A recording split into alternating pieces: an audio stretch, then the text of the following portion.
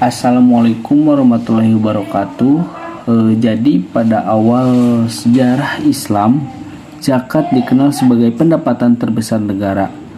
Pemerintah Islam memungut zakat dari muzaki dengan tujuan pemerataan distribusi pendapatan antara orang kaya dan orang miskin dalam penataan kehidupan bermasyarakat dan bernegara.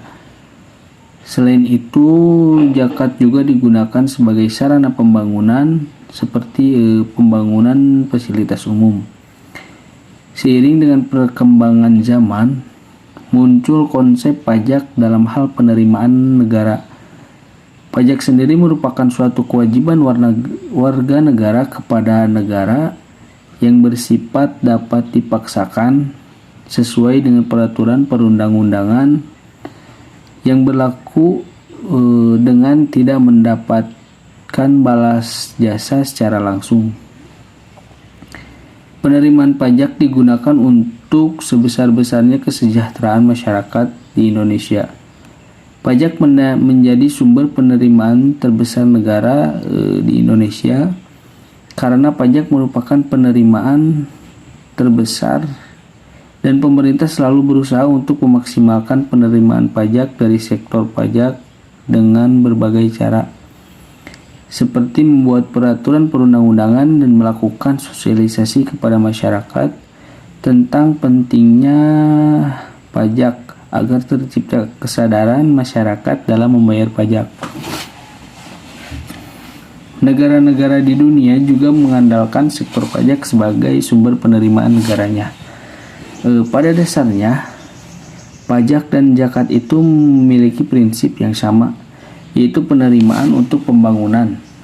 Zakat dipungut oleh lembaga amil zakat atau disingkat LAZ,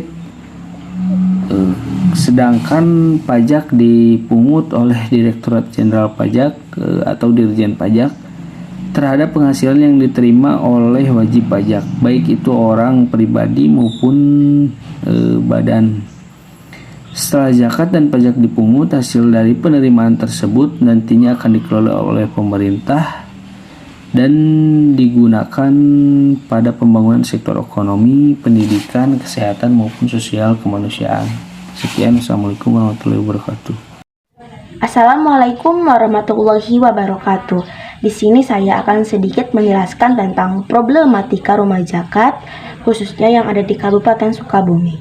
Indonesia dengan mayoritas penduduknya yang beragama Islam atau Muslim, di mana kehidupan beribadahnya dengan menjalankan segala aturannya dan menjauhi segala larangannya, menyeratkan zakat, infak, dan sedekah, memiliki potensi yang besar untuk kemaslahatan umat. Karena zakat, infak, dan sedekah merupakan bagian dari rukun yang harus ditaati dan dijalankan sebagai bagian yang tidak terpisahkan dari pelaksanaan ibadah kepada Allah Subhanahu wa Ta'ala. Permasalahan ekonomi menjadi suatu masalah yang tidak pernah usai sejak berabad-abad tahun lalu. Dari zaman dahulu sampai sekarang, manusia selalu terbagi menjadi kaum kaya dan kaum miskin. Berbagai upaya untuk menyelesaikan masalah perekonomian ini telah dilakukan pada setiap peradaban tersebut. Namun, upaya ini seringkali tidak membuahkan hasil yang signifikan. Berdasarkan hasil rilis Badan Pusat Statistik atau BPS, jumlah penduduk miskin atau penduduk dengan pengeluaran per kapita per bulan di bawah garis kemiskinan di Indonesia mencapai 25,90 juta orang atau sekitar 99,82% dari jumlah penduduknya. Dapat dilihat dari rilis tersebut bahwa kemiskinan menjadi masalah yang tidak pernah usai yang dialami suatu negara, khususnya negara Indonesia. Lahirnya Undang-Undang Nomor 23 Tahun 2011 tentang pengelolaan zakat sebagai pengganti Undang-Undang Nomor 38 Tahun 1999 mendorong kemajuan penghimpunan zakat mengalami perubahan besar dan peningkatan zakat dari tahun ke tahun. Mungkin hanya itu yang dapat saya sampaikan, selebihnya akan dijelaskan oleh teman saya. Assalamualaikum warahmatullahi wabarakatuh. Perkenalkan, nama saya Farhana Aulia Firdaus dengan nomor NIM 11940300036. Di sini saya akan melanjutkan penjelasan dari teman saya, yaitu tentang Rumah Zakat Sukabumi. Rumah Zakat adalah lembaga filantropi yang mengelola zakat, infak, sedekah, serta dana sosial. Dana sosial lainnya melalui program-program pemberdayaan masyarakat.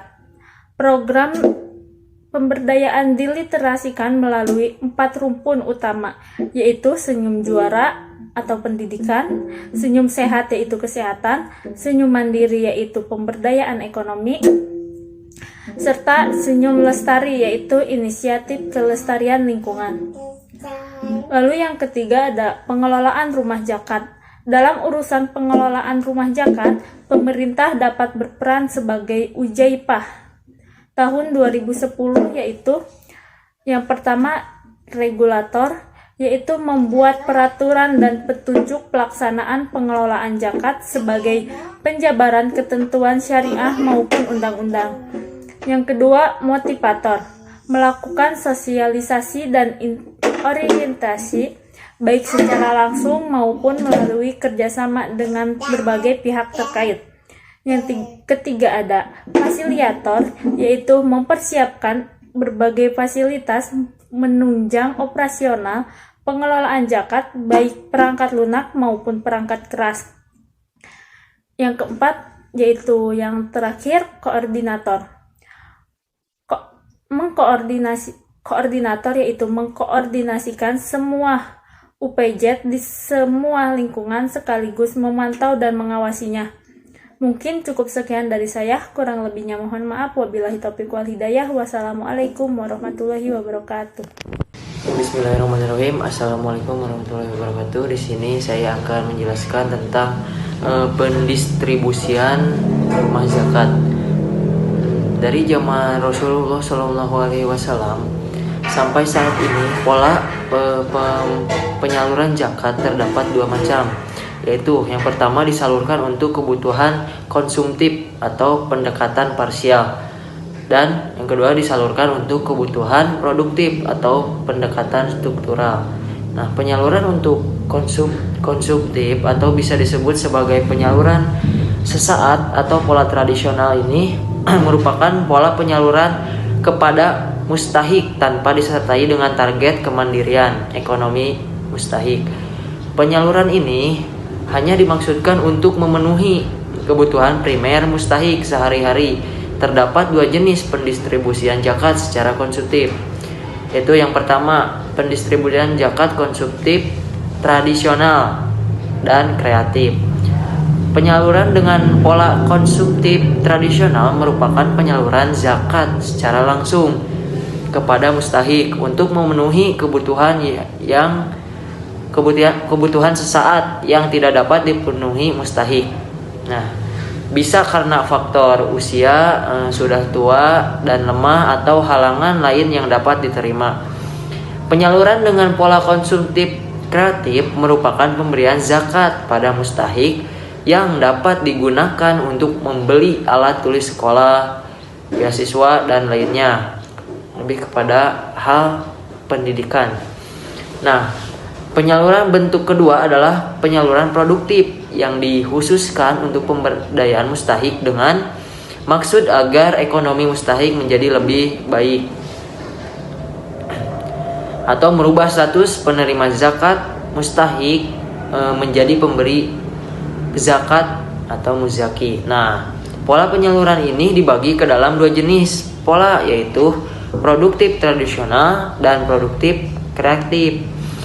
Penyaluran produktif tradisional merupakan penyaluran zakat dalam bentuk barang produktif kepada mustahik. Contohnya seperti pemberian sapi, kambing, kerbau, mesin jahit, peralatan bengkel, dan lain-lainnya.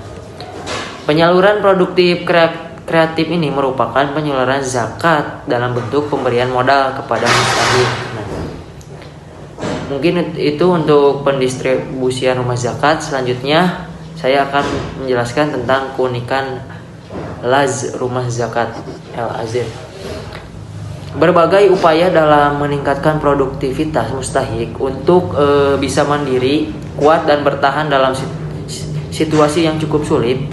Keunikan laz ini atau rumah zakat ini ketika dia mengeluarkan zakat untuk harta kita, baik berupa uang maupun berbentuk barang.